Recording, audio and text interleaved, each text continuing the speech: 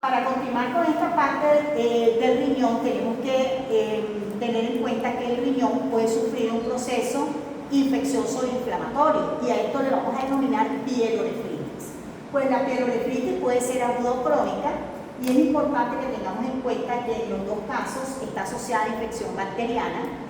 También es importante que sepamos que de ambos sexos, el sexo femenino tiene una mayor predisposición a las infecciones urinarias que terminan comprometiendo en algún momento a nivel del riñón. Y esto lo hacen utilizando la vía más frecuente de que ese microorganismo llegue a nivel del riñón, que es la vía ascendente, que ahora la vamos a revisar.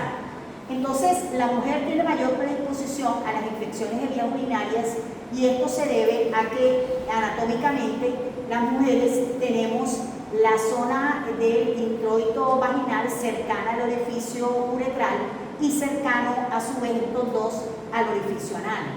Esto hace que microorganismos que son flora normal de estas localizaciones puedan llegar a colonizar en especial el orificio uretral y por ende a través de la vía ascendente llegar al riñón y producir pielonefritis. Entonces, por eso ustedes observan que en ambos procesos, tanto agudos como crónicos, está la infección bacteriana. Y en el caso de la crónica, en especial el reflujo vésico-ureteral. ¿Qué quiere decir? Cuando el contenido de orina que ya está dentro de la vejiga se regresa a través del uretero.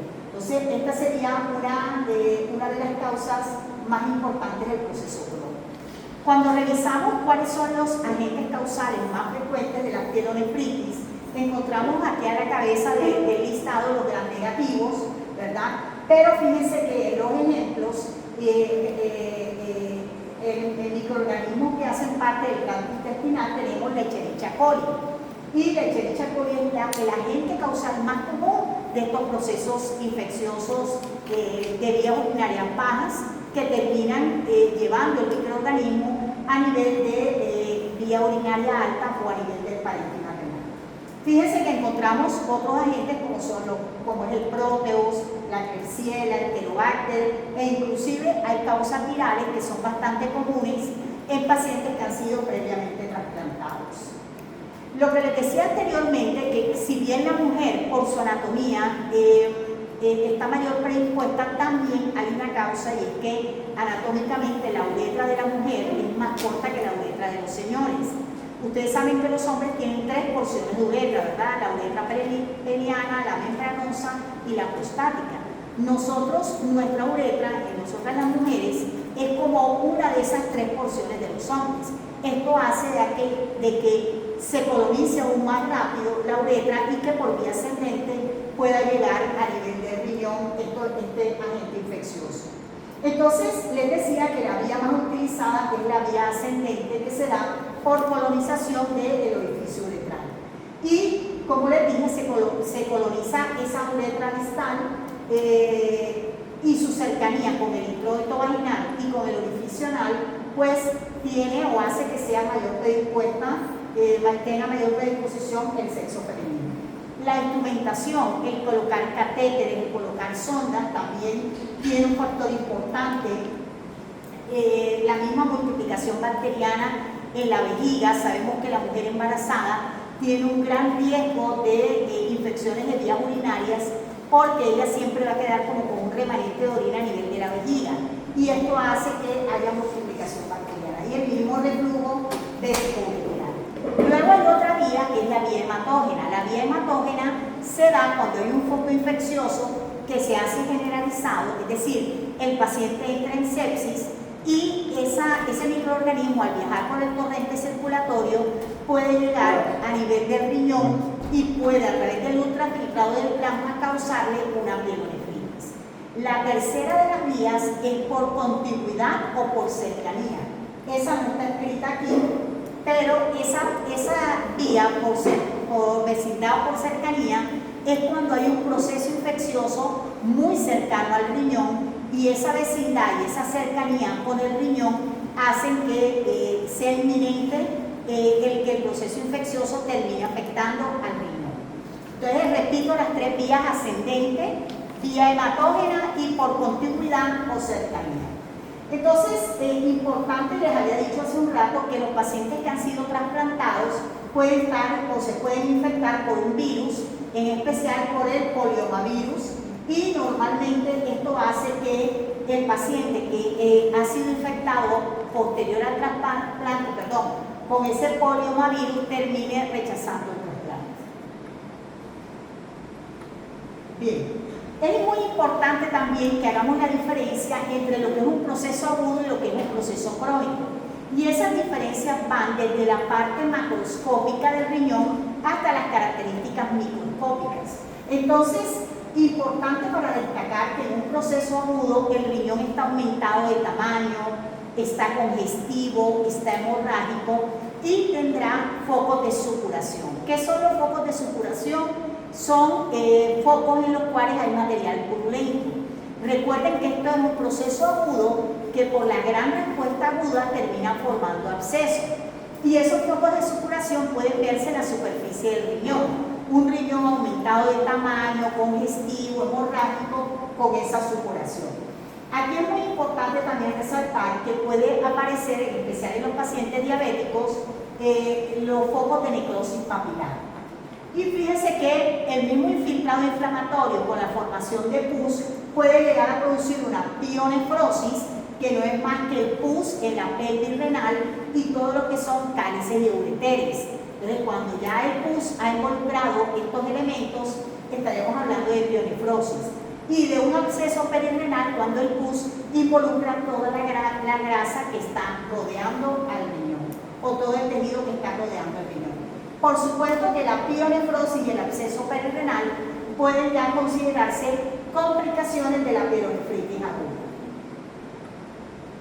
Entonces tenemos factores que predisponen a la producción de estas pielonefritis, y dentro de estas tenemos la obstrucción. Por supuesto que la obstrucción puede darse en especial por urolitiasis o por cálculos. Los cálculos, y ahora lo vamos a revisar más adelante, van a encontrar que pueden ubicarse en cualquier porción del trayecto de la vía renal, en el parénquima renal, en los cálices mayores, en la pelvis, en el ureter, en la vejiga urinaria, inclusive en la uretra. Entonces, el fenómeno obstructivo, por supuesto, va a llevar a este proceso, puede llevar a este proceso infeccioso. La instrumentación, ya lo dijimos, el colocar catéteres, sondas, puede llevar inclusive a que por vía ascendente llegue el proceso a nivel del riñón. El reflujo vésico-ureteral, que ya se los expliqué, la mujer embarazada, que ya también se los había dicho, porque el embarazo hace que el peso del producto, siempre que la paciente micciona, va a quedar un remanente de orina, y ese remanente de orina dentro de la vejiga va a iniciar multiplicación bacteriana que por vía ascendente puede llegar a nivel renal. Edad y sexo, ya sabemos que nosotras las mujeres tenemos mayor predisposición, pero los señores de edad avanzada, cuando hay hiperplasia prostática, ellos pueden producir de forma secundaria la pielonefritis. No es tan común, pero sí se da también en ellos, y esto se genera por la obstrucción que se produce en la porción prostática de la uretra.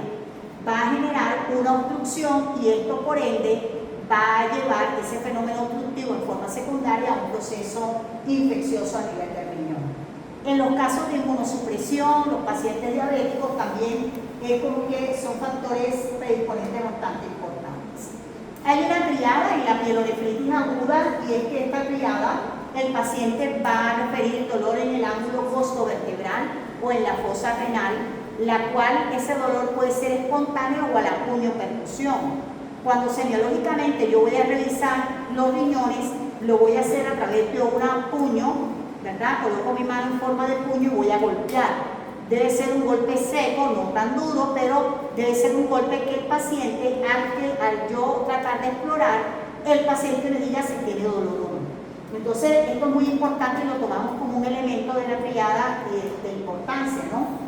La fiebre, porque estamos hablando de un proceso infeccioso, y cilindros leucocitarios. Los cilindros leucocitarios, por supuesto, que nos los van a reportar en el examen de orina, ¿verdad?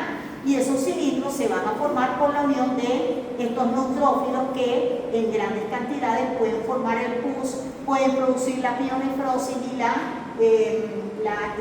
la pionefrosis y el absceso perirenal del cual les hablaba anteriormente. Cuando nos vamos al proceso crónico, lo que va a ocurrir es que el riñón va a ser completamente la antítesis de lo que vimos anteriormente en el riñón con pielonefritis aguda. ¿Qué quiere decir esto?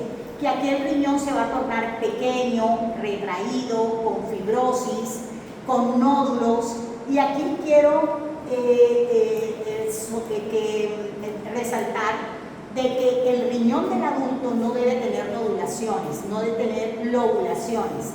El riñón del niño sí puede tener lobulaciones, mientras que el riñón del adulto no. Si un riñón de un adulto tiene lobulaciones, en el primer diagnóstico que se debe pensar es en pielonefritis crónica, pero además va a ser un riñón pequeño, retraído, con mucha fibrosis, y de hecho si lo vemos junto con la pelvis renal, es como que la pelvis renal le quedara muy grande al riñón. De esta forma, si no nos dan el dato de la edad, vamos a poder identificar que eso es un riñón de un adulto. Porque si fuese un riñón de un niño que normalmente tiene lobulaciones, pues la pelvis sería pequeña igual que el riñón. ¿Queda claro? Entonces, de esta forma vamos a poder identificar que estamos frente a una pielonefritis crónica. Entonces, encontramos dos tipos, la causada por el reflujo, la nefropatía por reflujo, y la pielonefritis de tipo obstructiva crónica. Esta por reflujo pues es la más común, es bastante frecuente en la infancia y se va a relacionar con el reflujo bésico ureteral que ya se los había explicado adelante.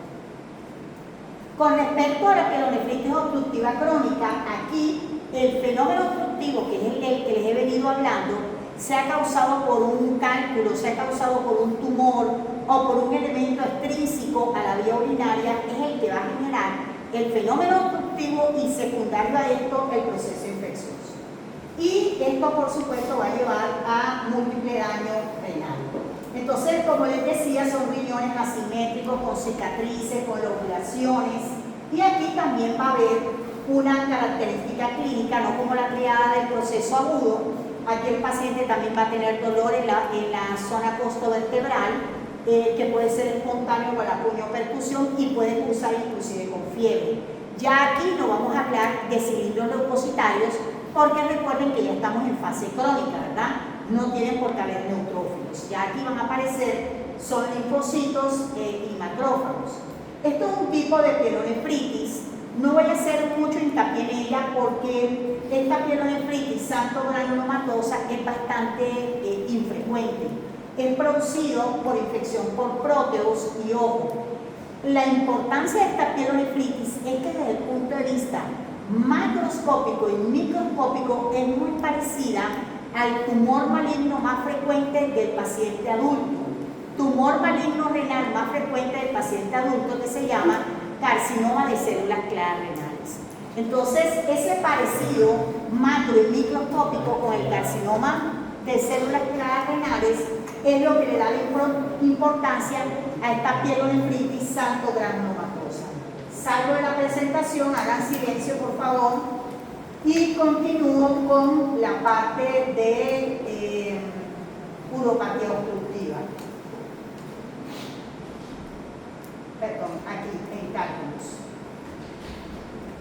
Entonces, hemos hablado que una de las principales causas del fenómeno obstructivo es la urolitiasis, ¿verdad?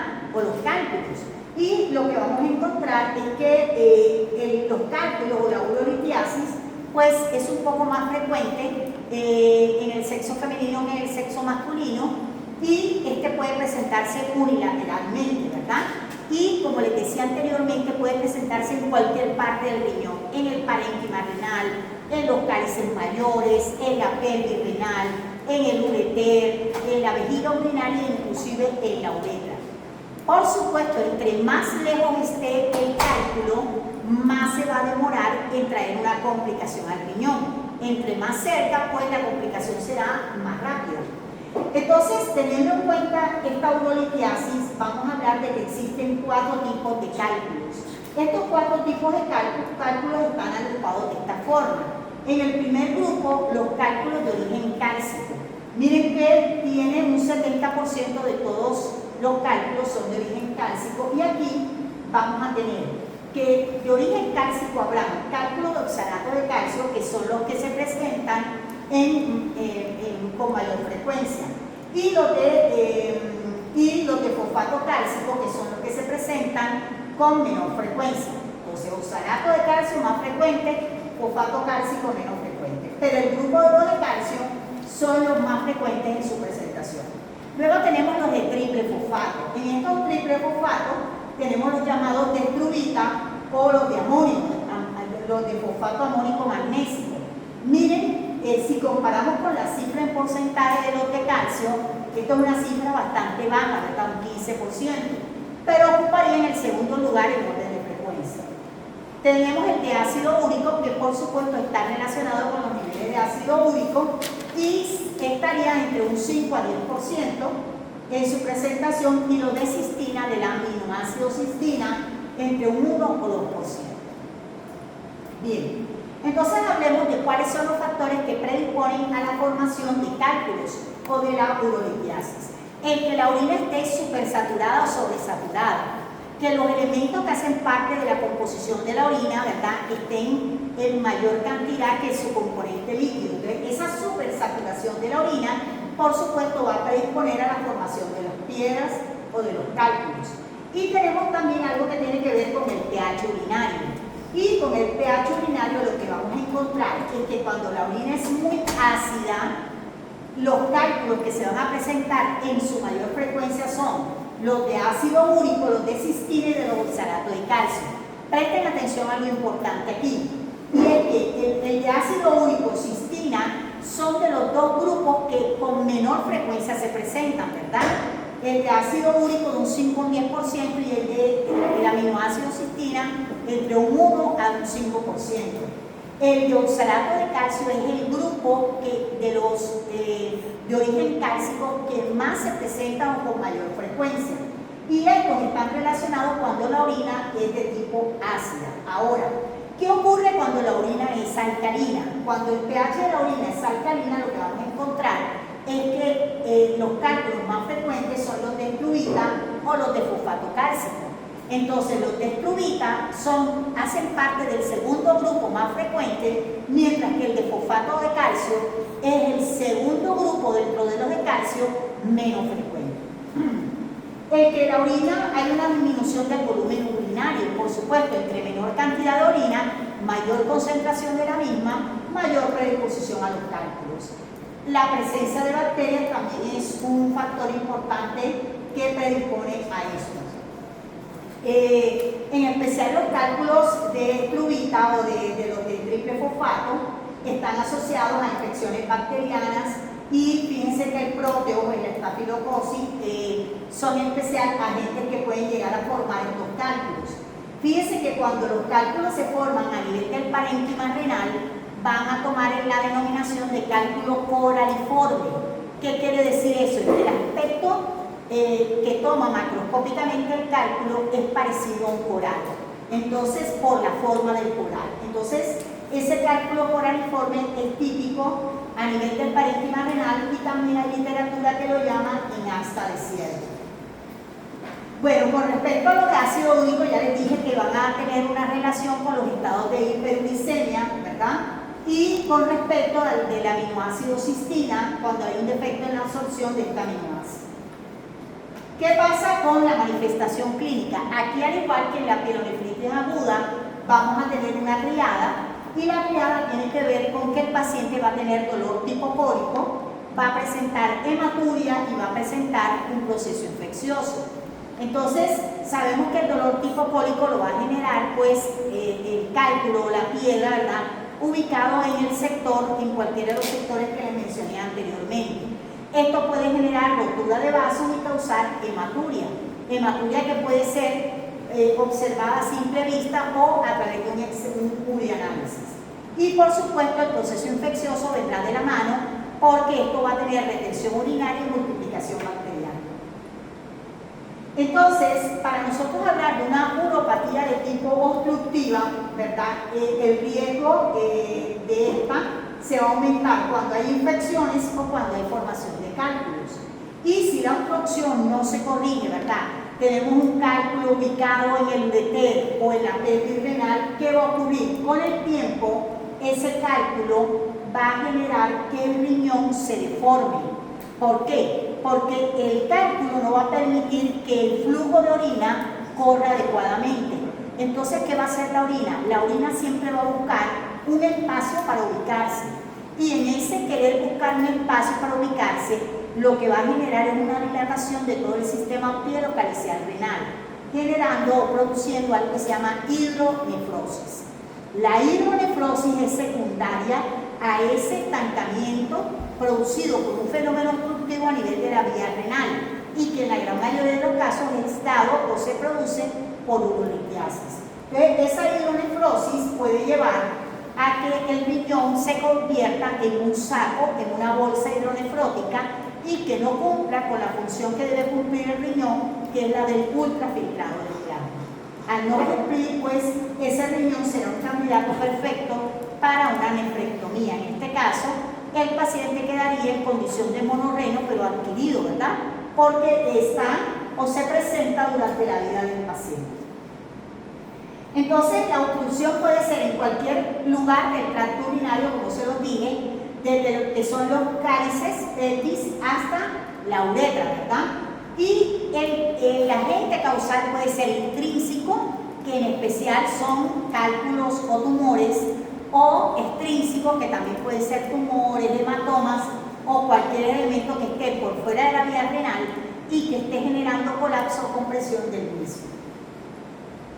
Entonces, las principales causas de la uropatía obstructiva, las anormalidades congénitas que las revisamos al inicio, la urolitiasis, la hipertrofia prostática benigna, que ya también les hablé hace un rato, los tumores, ¿verdad? No necesariamente tienen que ser malignos para generar este fenómeno obstructivo, la inflamación y el embarazo. Entonces, ¿qué es la hidronefrosis? Como les dije, la hidronefrosis no es más que la dilatación de todo el sistema pielocalicial, y esta dilatación va a llevar o se produce secundario a un fenómeno obstructivo en el cual la orina no puede fluir adecuadamente y comienza a buscar un sitio en el cual quedarse, ¿no? Y lo hace en estas estructuras, en pelvis, cálices, generando atrofia del parénquima renal y una dilatación de todo este sistema pielocalicial. Con respecto a las manifestaciones clínicas, muchos pacientes que tienen hidronefrosis pasan asintomáticos o cursan asintomáticos. De pronto nunca se enteran que tienen hidronefrosis y a través de un hallazgo, como les dije anteriormente, en la pielonefritis pueden descubrir que el paciente tiene, en los casos de las anormalidades congénitas, pueden descubrir que tienen una alteración a nivel de arriba. Salgo de acá. Jóvenes, hay